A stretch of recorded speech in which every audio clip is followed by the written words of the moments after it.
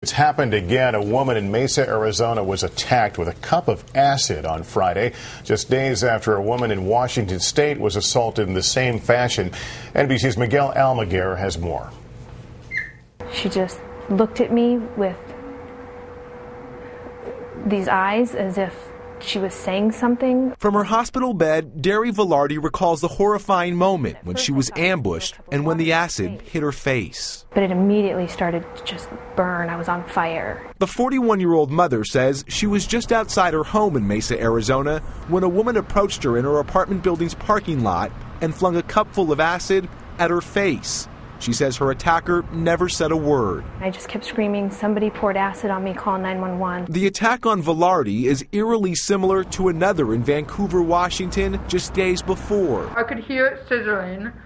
Once it hit me, I could actually hear it bubbling and sizzling my skin. 28-year-old Bethany Storrow had been on her way to Starbucks when a woman she'd never seen before assaulted her, saying, "Hey, pretty girl, would you like to drink this?" while throwing a cup full of acid into her face. If I saw her, I would instantly know. I would know right away. Neither victim knew her female assailant, and no arrests have been made. But in the Arizona case, investigators say they think Velarde's attacker singled her out specifically. It appears that it's not a random act. It appears that there's someone who was waiting there for her to specifically attack her. I can't see myself like I used to before. In 2008, former British model Katie Piper was brutally raped and doused with acid that left her permanently disfigured and blind in one eye. She has spoken out about her ordeal. Within split seconds, the pain was so phenomenal that I knew it was a substance as strong as something like acid. A horrific form of attack, perhaps even more disturbing because in both recent cases, neither woman has any clue why she was targeted. In time, I'm going to forgive her. It could have been so much worse. It could have been so much worse. I'm lucky. Against the odds, both Storrow and Velarde say they're determined to recover from their painful attacks and move on with their lives. For today, Miguel Almaguer, NBC News, Los Angeles. NBC News analyst Clint Van Sant is a former FBI profiler. Clint, good morning to you. Good morning, Lester. You know, we're all shaking our heads here. Just this whole scenario is so disgusting. It's likely possible in these two cases, different motivations, but the fact that it was the same method of attack, something as rare as acid, any doubt in your mind this was a copycat?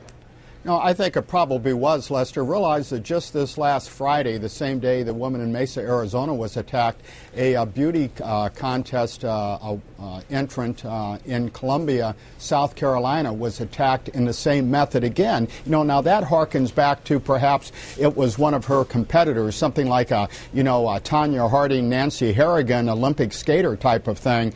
But when we see this, this is not just trying to injure someone, Lester. This is permanent. These are permanent injuries to the face as well as to the psyche. I mean, sometimes we even see these victims, they wind up, they won't come outside anymore, and we even see them pushed to the point of suicide. Right. Because, you know, this is the way we identify with people. This is the way Lester says, hello, we see your face.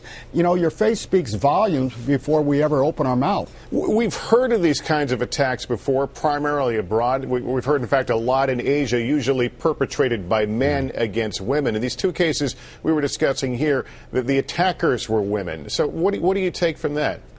Well, so far, I think in the first case, the one in Washington State, this is probably going to turn out to be someone with either a substance abuse issue or mentally ill.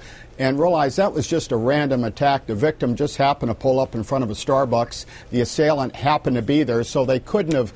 She couldn't have timed that to try to get this specific woman. Whereas in Mesa, the assailant waited for 1 o'clock in the afternoon when the victim was coming home. Now realize this is a working mother. She has 2 jobs, 4 or 5 children, and someone still chose to specifically attack her. And we hear of all kinds of ways that people hurt each other, but you noted that the face obviously has so much importance. When you see that kind of crime, what does that tell you about the specific kind of motivation, the hatred behind such an attack, assuming it wasn't some kind of disturbed person?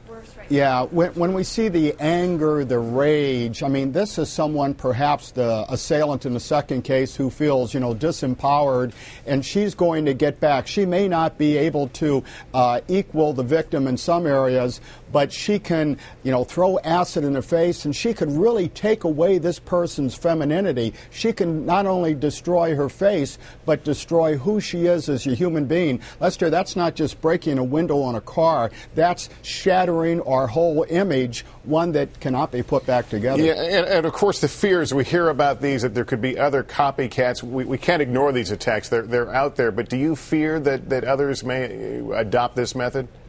Yeah, I do, Lester. As an FBI agent, I used to work bank robberies, and when we knew we had one bank robbery, we knew there'd be 2 or 3 more. And in the case of acid in the face, there are a lot of people who kind of sit on the edge of the abyss.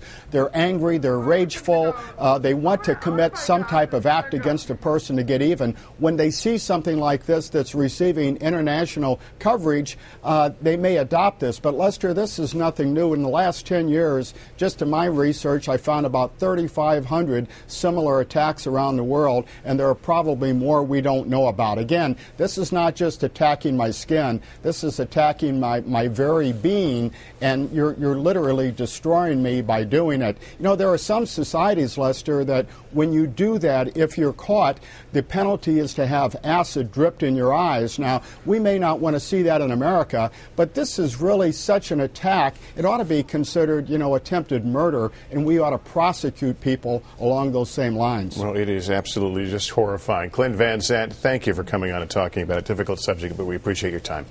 Thank you, Lester.